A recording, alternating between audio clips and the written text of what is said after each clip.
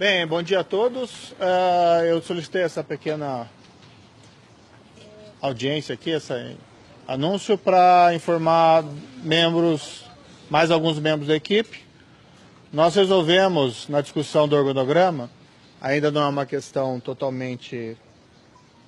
tem que fechar com as outras áreas do governo, mas a ideia é criar dentro do Ministério da Justiça e Segurança Pública uma secretaria de operações policiais integradas. A ideia da secretaria é poder coordenar operações policiais a nível nacional. Hoje nós temos muitos grupos criminosos ou muitas atividades criminosas que transcendem as fronteiras estaduais. E essa ação precisa, muitas vezes, de uma coordenação a nível nacional. Isso já é feito, de certa maneira, dentro do Ministério da Segurança Pública, mas a criação de uma secretaria específica para isso é de todo oportuno na nossa avaliação, coordenando não só a atuação das polícias estaduais e distrital, mas igualmente da Polícia Federal com essas polícias e, eventualmente, de outros órgãos. Claro que isso sempre respeitando aí a autonomia dos estados e do Distrito Federal. Não é trazer as polícias para o comando do Ministério da Justiça, mas apenas uma atividade aí de coordenação. Para essa secretaria, foi escolhido o nome do ex-superintendente da Polícia Federal em Curitiba, o delegado da Polícia Federal, Rosalvo Ferreira Franco. É um delegado que permaneceu há longo tempo na superintendência da Polícia Federal em Curitiba. Durante o auge da Operação Lava Jato, ele foi sucedido, inclusive, pelo delegado Maurício Valeixo. E o delegado Rosalvo provou o seu valor, a sua integridade e a sua competência durante esse trabalho. É um grande nome aí para exercer essa função, considerando toda a sua experiência policial. Por outro lado, foi escolhido o nome do também delegado da Polícia Federal, atualmente delegado-chefe de Foz do Iguaçu, o senhor Fabiano Bordignon, para exercer o cargo de diretor do Departamento Penitenciário Nacional. É uma função estratégica, né? Nós todos sabemos que os presídios no Brasil, eles hoje constituem uma espécie de problema devido à questão de superlotação e fragilidade de certos presídios. Nós não podemos, evidentemente, generalizar essa afirmação, porque a situação em cada estado da federação é diferente. Assim, mesmo dentro de cada estado da federação, as situações dos presídios são diferenciadas. Alguns presídios em boas condições, outros em condições lamentáveis. E essa é uma função importante, até porque nós sabemos também que existem organizações criminosas centradas em alguns desses presídios. O senhor Fabiano Bordignon já foi, por mais de uma vez, diretor de Penitenciária Federal. Eu, quando juiz corregedor da Penitenciária Federal de Catanduvas, a primeira que foi criada no Brasil, tive a oportunidade de trabalhar com o senhor Fabiano Bordignon, e é um profissional extremamente qualificado para exercer essa função, não só fortalecendo os presídios federais, mas igualmente contribuindo para o aprimoramento e fortalecimento dos presídios estaduais. É uma intenção de valorizar a profissão do agente penitenciário. Eu sei que existe aí uma pretensão, uma reivindicação de que fosse ocupado esse cargo por um agente penitenciário, mas, não obstante isso não ocorra, os agentes penitenciários vão ter um papel importante dentro dessa reorganização do sistema penitenciário nacional. É preciso aí construir mais presídios em tempo mais curto, certo? Existe uma série de providências aí a serem tomadas, inclusive em relação aos presídios já construídos, para melhorar a parte estrutural. Então são esses dois anúncios de nomes. Aproveito só o momento para um breve comentário. Hoje saiu uma matéria no jornal Folha de São Paulo sobre um projeto de lei em trâmite no Congresso Nacional de uma ampla reforma da Lei de Execução Penal. É o projeto 9.054/2017.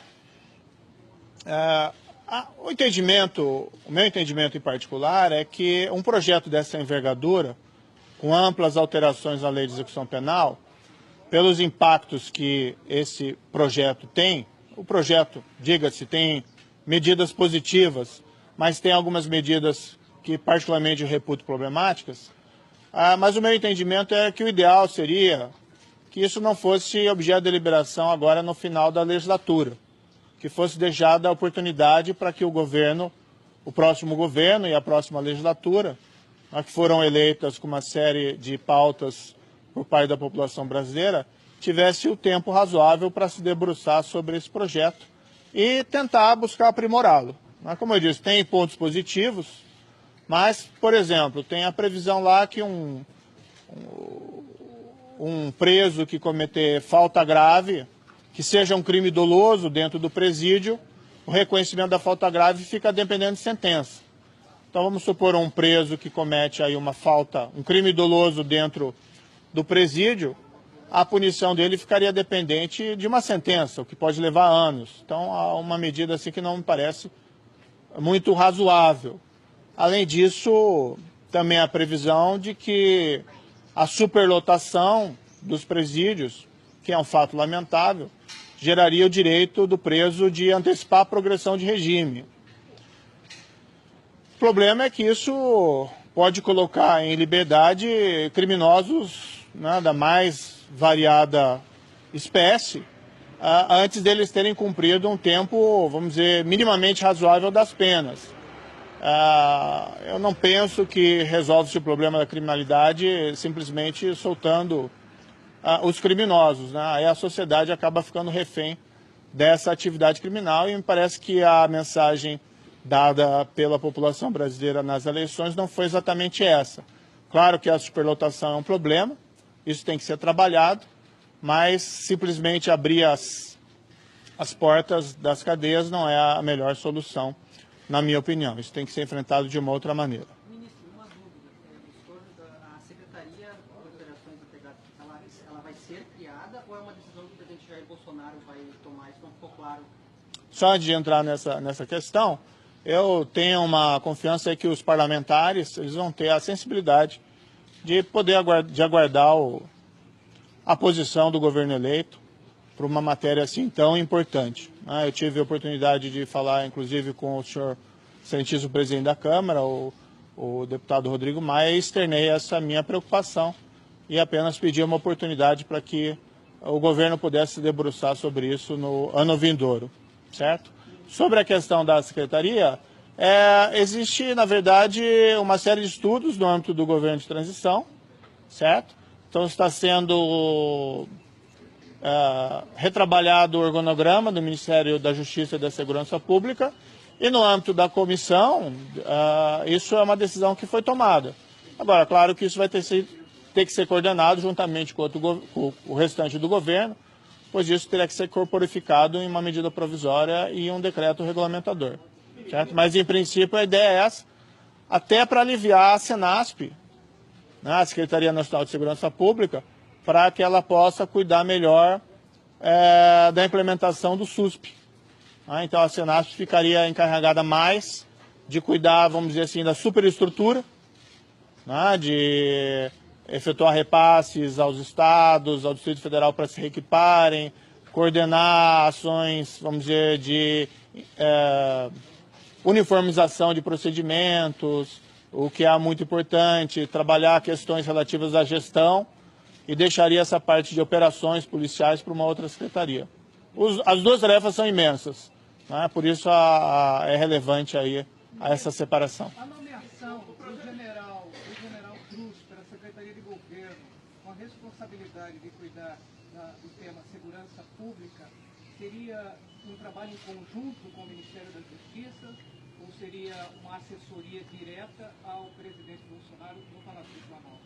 Olha, o nome do general Santo Cruz, pela excelência do currículo, foi cogitado profundamente para ocupar o cargo de secretário nacional de Segurança Pública, certo? Mas o presidente, semana passada, me externou o desejo de convidá-lo para um cargo no Planalto. E, logicamente, o presidente tem a preferência nas indicações. E certamente o general vai ter várias atribuições dentro do Planalto, não existe nenhum problema em um contato com a área da segurança. Ministro, sobre o projeto de lei, o presidente da Câmara, Rodrigo Maia, externou alguma sinalização se realmente não vai pautar, se vai conversar com os parlamentares, ter algum retorno. E o senhor acha que isso já é uma reação parlamentar, à sua futura gestão, que é publicamente colocada aí como combate à corrupção e também às facções? Olha, eu conversei, ele foi muito solícito, né, foi muito agradável e compreendeu as razões, as preocupações, né, disse que nós iríamos manter um diálogo importante sobre essa matéria. Eu penso que muitas vezes no final da legislatura há uma intenção, um desejo de se aprovar vários projetos que se encontram em pauta, né, mas penso que esse projeto em particular, pela sua dimensão, seria importante aguardar um posicionamento do governo que foi eleito. Senhores, eu acho que daí chega, certo? Isso está em estudo ainda, definição. Como? Não, o projeto anticorrupção, anticrime organizado e anticrime violento, ele está em gestação ainda. Então, eu já adiantei algumas medidas possíveis, mas isso vai ser objeto de uma nova discussão.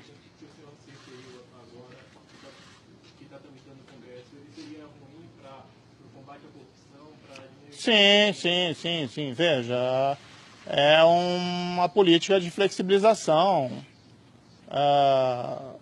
Vamos dizer assim, ele liberaliza o sistema penal como um todo e ele, de certa maneira, também afeta condenações, execuções de penas em crimes de corrupção. Mas não só crimes de corrupção, outros crimes também.